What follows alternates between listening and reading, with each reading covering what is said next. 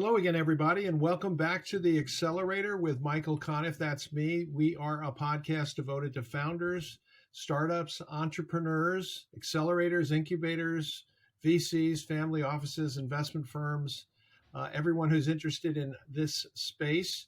And we are delighted today to be joined by Rolan Reichel. He is the CEO of Arrow.ai, a company that wants to make every content marketer a rock star.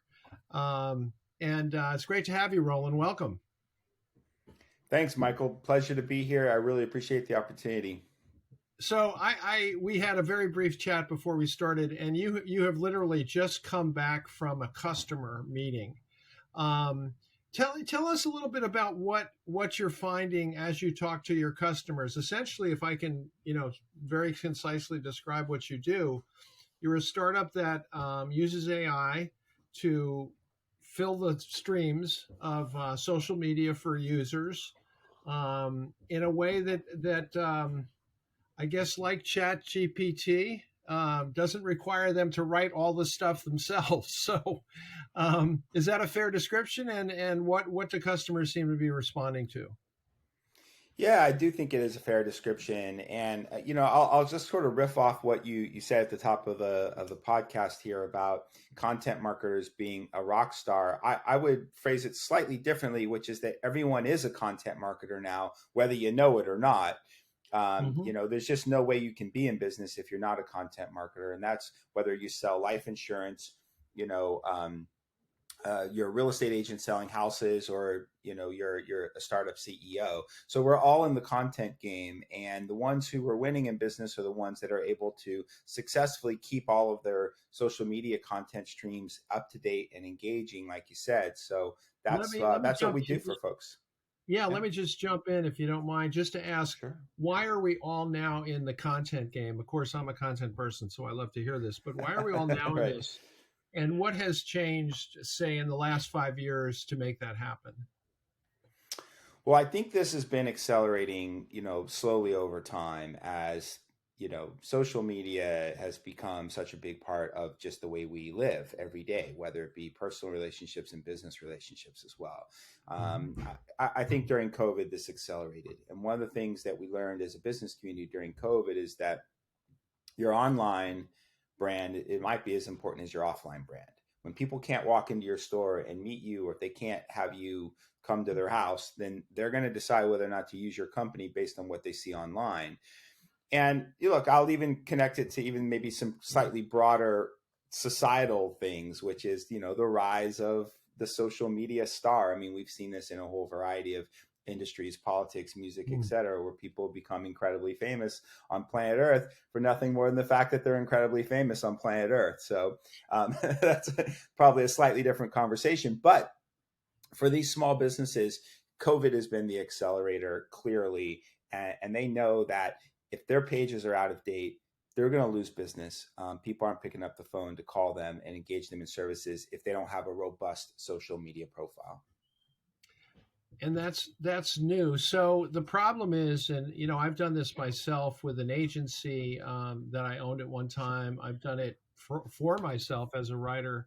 And the bottom line on content marketing is it has been super time intensive, time consuming.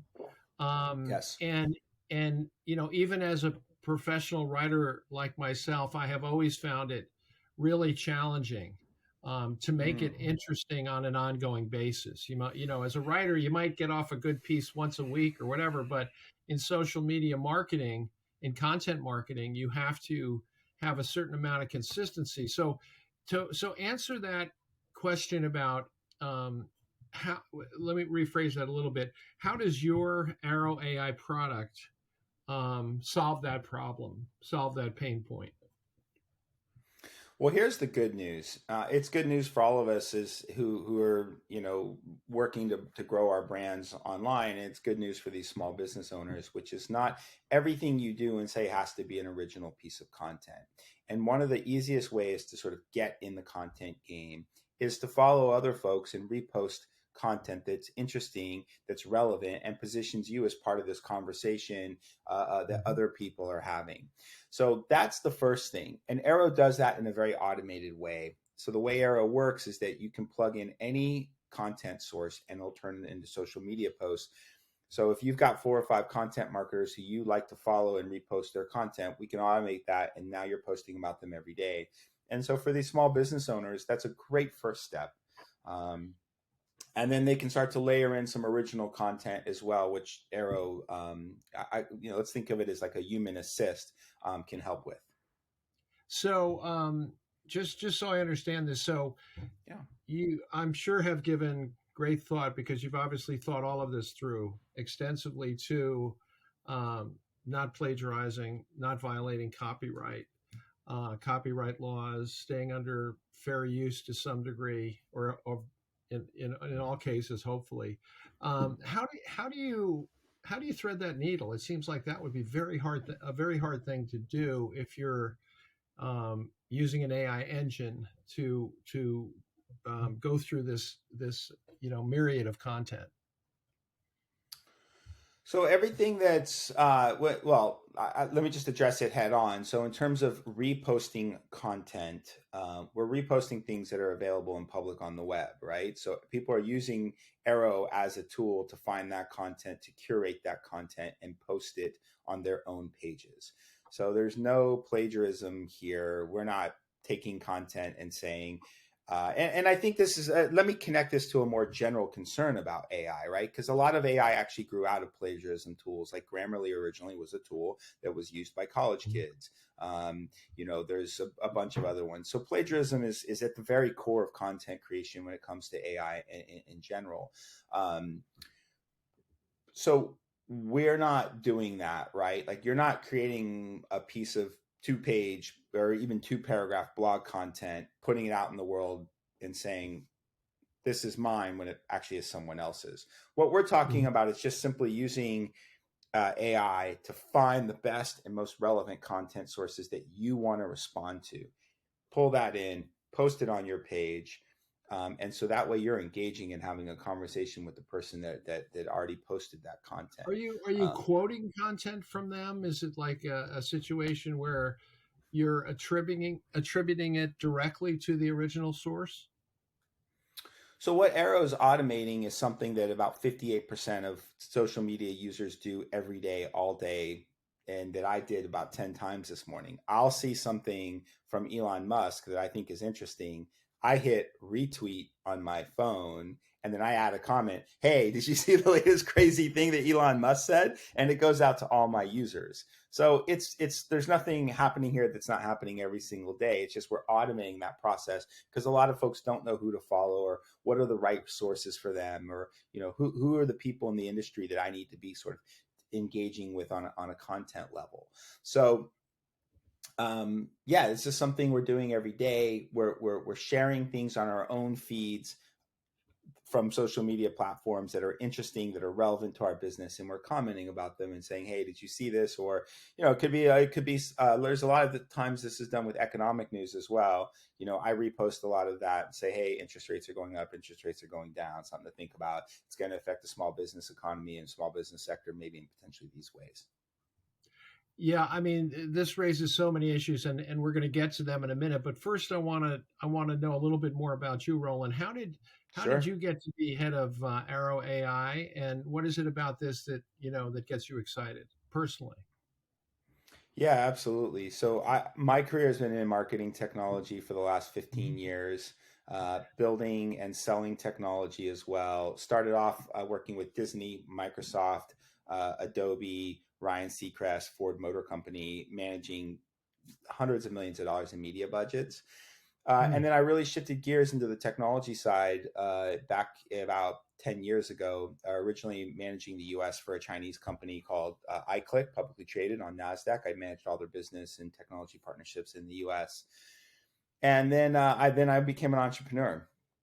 So I built a programmatic video advertising platform. This was this Hmm. super high speed media trading platform, if any of that makes sense, which essentially you could buy and sell media in real time. You could buy a media placement on a website in about 240 milliseconds, decision and buy that media. So super fast, super high speed. And then after I sold that company back in 2018, I took some time off and really shifted gears. And the reason that I'm so the small business community is so important to me is I grew up in a family of small business owners. Hmm. My parents, I grew up in Austin, Texas. My parents had a small shop called Under the Sun. They were, a legitimate original hippies with long hair, and they made little goods and handmade objects and art for their shop, and we lived in the back of the shop. So Hmm. that's the environment I grew up in, and I know what this community needs, and I think they've been largely underserved in the last 10 years as we've built massive enterprise solutions for big companies. Wow, that's interesting. So now your parents are obviously in the cannabis business, right? I don't know if this is appropriate or not, but I'll just say they've been in the cannabis business a long time. Well put. Touche, touche. So, so what is so interesting about Arrow AI and you and the company at this moment is that literally this week, we're recording at the end of 2022. Just it will probably air later, but Yeah. just this week, literally the debate about content produced by artificial intelligence. I don't know why, but the Chat GPT from OpenAI has Yeah. suddenly everywhere. Journalists are everyone is writing the same story, which is I'm going to talk to the bot and see if I can tell the difference. They and basically Right. they can. Basically, it's really good. Very convincing. I happen to be at a Foreign Press Correspondents Association meeting this week where the president of Microsoft spoke in New York City at the Eleanor Roosevelt House, of all places. But he said that artificial intelligence will never have an original thought. And I heard that and I said, that is going to sound so naive in 10 years. It's like, yes, of course it will have an original thought. Like, there's no magic to it, really. Yeah. It's just a matter of Right. processing information and coming out with a new conclusion. So, with that very long preamble, um, I, of course, hope you're going to succeed. We're always on the side of the entrepreneur.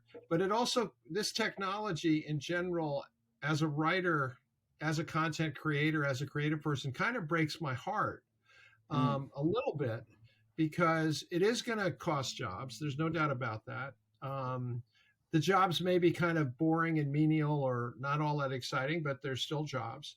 But more than that is the idea that this sacrosanct position that a creator or a writer can have in the society is going to really go the way of all flesh. So that's a lot of rambling. I'll let you take that in any direction because it's a Look, tough one. it is a tough one, Michael, and I really appreciate this conversation. Let me do two things. One is I'm going to sidestep the discussion a little bit as it relates to Arrow, but then I want to circle back because I do think it's really important. So the way I'll sidestep the discussion is to say, at our core, Arrow company is focus on economic success for small businesses. We Mhm. believe, that there's now 41 million people working in this micro businesses, 41 million people. So it's massive. That's another big shift that happened under COVID, right? Like people are now in these small side hustles and gigs and building their own company. So the landscape of work has changed forever. And all of these folks need tools that work for them, that are inexpensive and easy to use because they've got to have digital success. And if you can't market your business online, then you're failing. And if you're failing, you're going backwards. And if you're going backwards, you can't buy a new car at the end of the year, and you can't send your kid to college, and it has all these ramifications. So that's how we think about the world.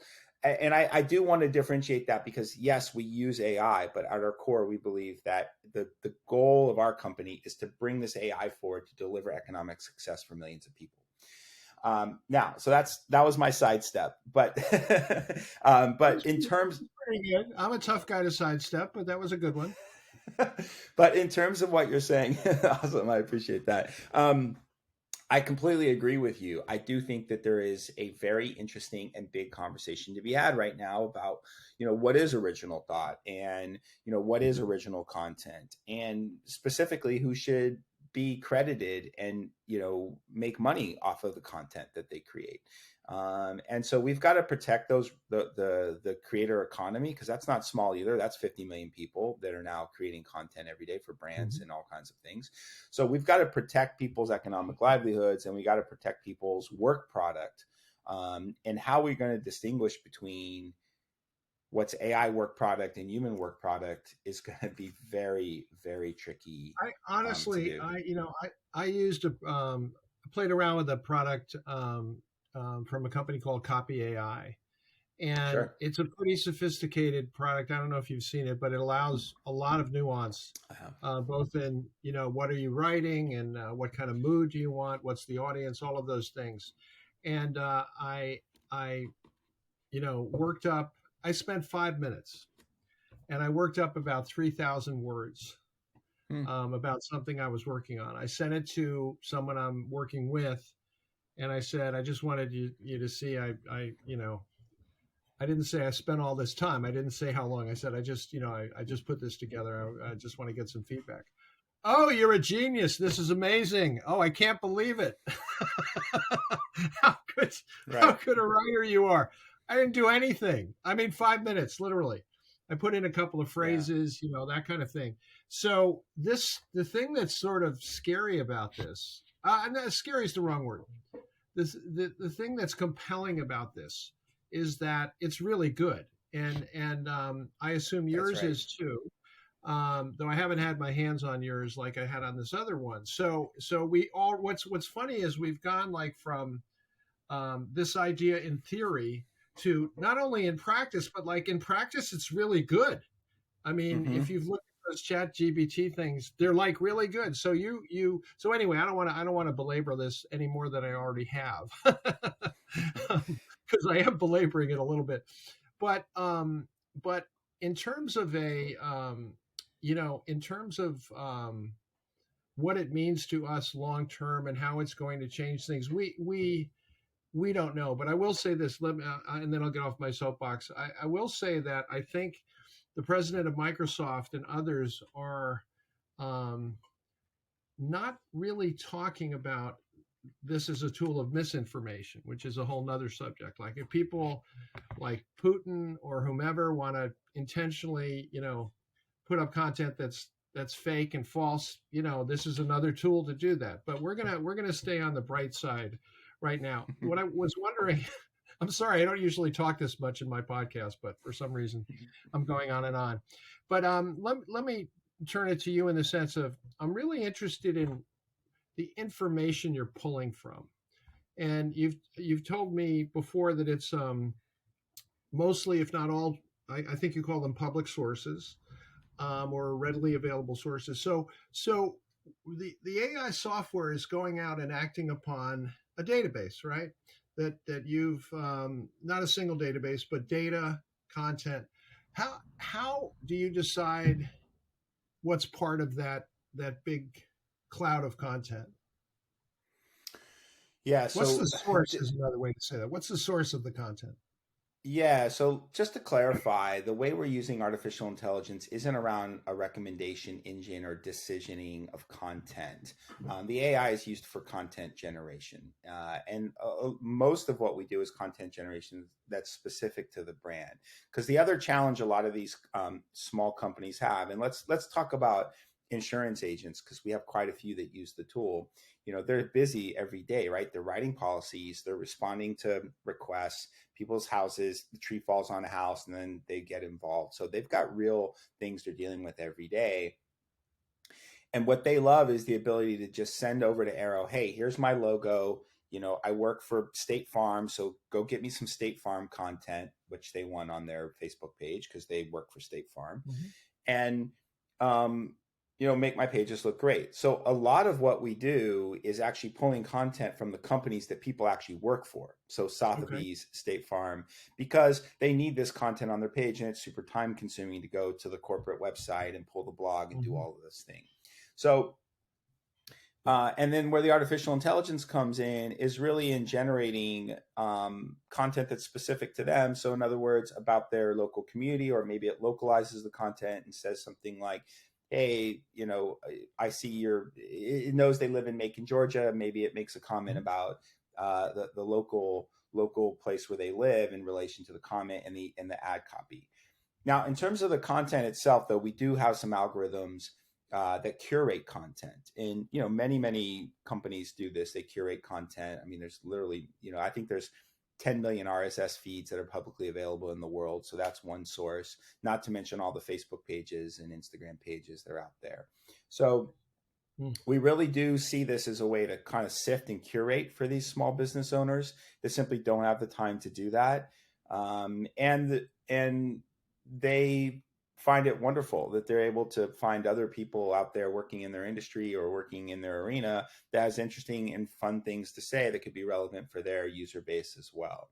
So content sharing and this kind of content reposting and this community building, I think, is another real benefit that Arrow brings to the table.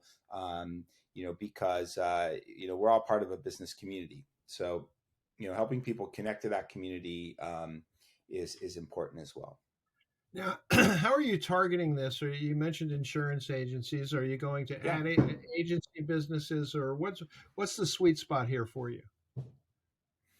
Yeah, so for us, it's really been email marketing has been the main way we've been able to connect to these business owners. Hmm. We find they're super busy, and so we identify industry verticals, and then we email folks within that industry vertical with Mhm. specific examples that are really relevant for them, and with a simple value proposition, which is that, hey, for $79 a month, Arrow will use some automation and some AI to fully manage your social media pages. Now, for folks who are spending $500 a month for an agency or even a freelancer, or just simply trying to do it themselves and not doing a very good job of it, $79 a month sounds like a great opportunity. So we've been very successful with email marketing. And especially when we focus on specific industries like in insurance, real estate, and it's been great. Actually, we're getting a lot of toy companies. I don't know if it's just because of the time of year, Oh, but fun. yeah, we've had about a half a dozen toy companies actually reach out to us recently. So it goes across a bunch of different industry verticals. Have you ever had a situation where content on one feed overlaps, or is mimicked in content on another feed? Does that happen? Is that possible? Yeah, so we've built some checks and balances for that. Generally speaking, uh, we've got thousands of users, so I'm sure, and a vast library of content. So I'm sure the same users probably access the same content at some point. Um, and then sometimes it's corporate content. So another really key selling feature and value add for Arrow is that it can tap directly into your corporate content. So again, getting back to State Farm, if you're a State Farm agent, State Farm's putting out all this content available for their agents all over the country, whether it be about insurance policies or trends or home trends or house buying trends, et cetera, or even specific to weather or other policies or products that they're putting out. So we can take all of that corporate blog content and automate it across people's pages as well, and that's a huge value add for them. So that's actually, you're tapping into their blogs in that case, the blog We on a are website.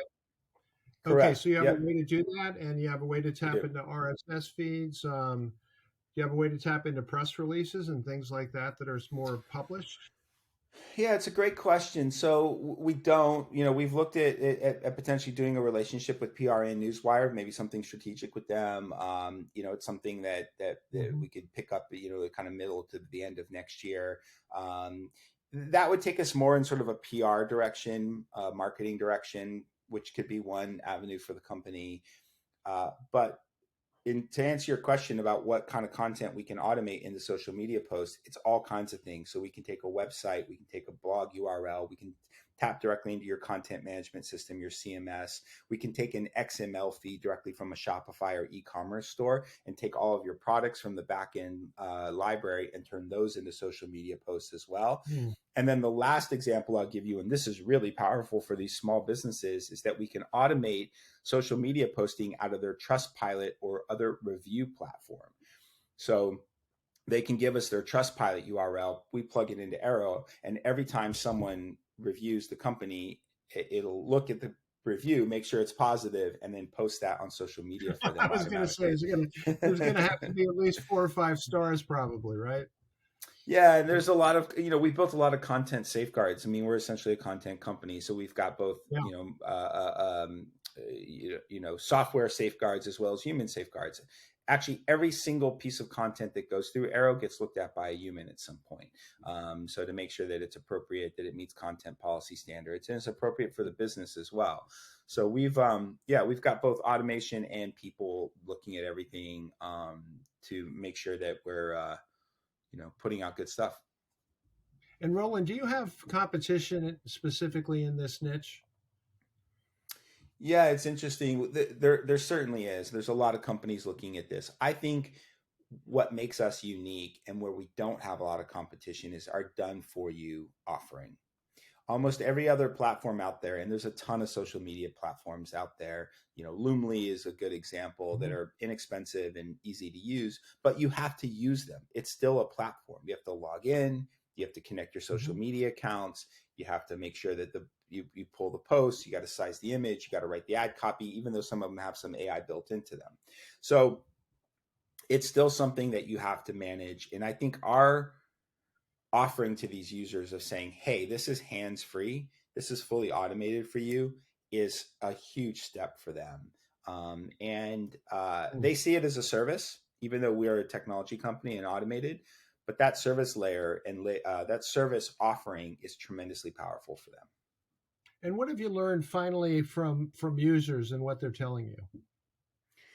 Yeah, what we've learned is that there's tremendous pressure on these small businesses to execute and be an expert in so many things that they've never been an expert in before. And digital marketing is a perfect example of that. And I'll get back to the insurance agents. Like if you call up any of our users who are insurance agents, you ask them a question about insurance policies, they can give you a very detailed answer. They can tell you which policy to get and what kind of policy and what it covers and all of that. But now all of a sudden in the last couple of years, they've been forced into being digital marketers. And here's one more point I'll kind of end on. A lot of people don't like marketing. So what we've learned from our users don't even know what it is, really. They don't even know what it is. And so what we've learned from our users is that they're stuck in this thing of like, oh my gosh, I know I need to be an amazing marketer, but A, I don't know anything about it. And B, I don't really like it that much. So that's the world that we address. And the sense of relief, the sense of like, oh my gosh, you're going to do this for me, that we get from our users is just tremendous. Well, we're talking with Rolan Reichel. He's the CEO of Arrow.ai, and this is the Accelerator with Michael Conniff. That's me. And Roland, I'm going to pay you the ultimate compliment. I'm going to try this myself. Okay. I'm not getting a freebie. I'm going to pay for it. I think that I'm starting a new business, and I'll tell you what my calculus is, and probably a lot of people have the same kind of calculus. So, okay, I can have a whole social media marketing department, digital marketing department, let's say 5 people, with benefits and salaries and all those nice things. Or I can spend $79 a month and not really have to touch it all that much, if at all. So that's right. That's a pretty easy decision. Even though, I'm going to write a long think piece about why this worries me and makes me a little bit concerned. I'm concerned about it.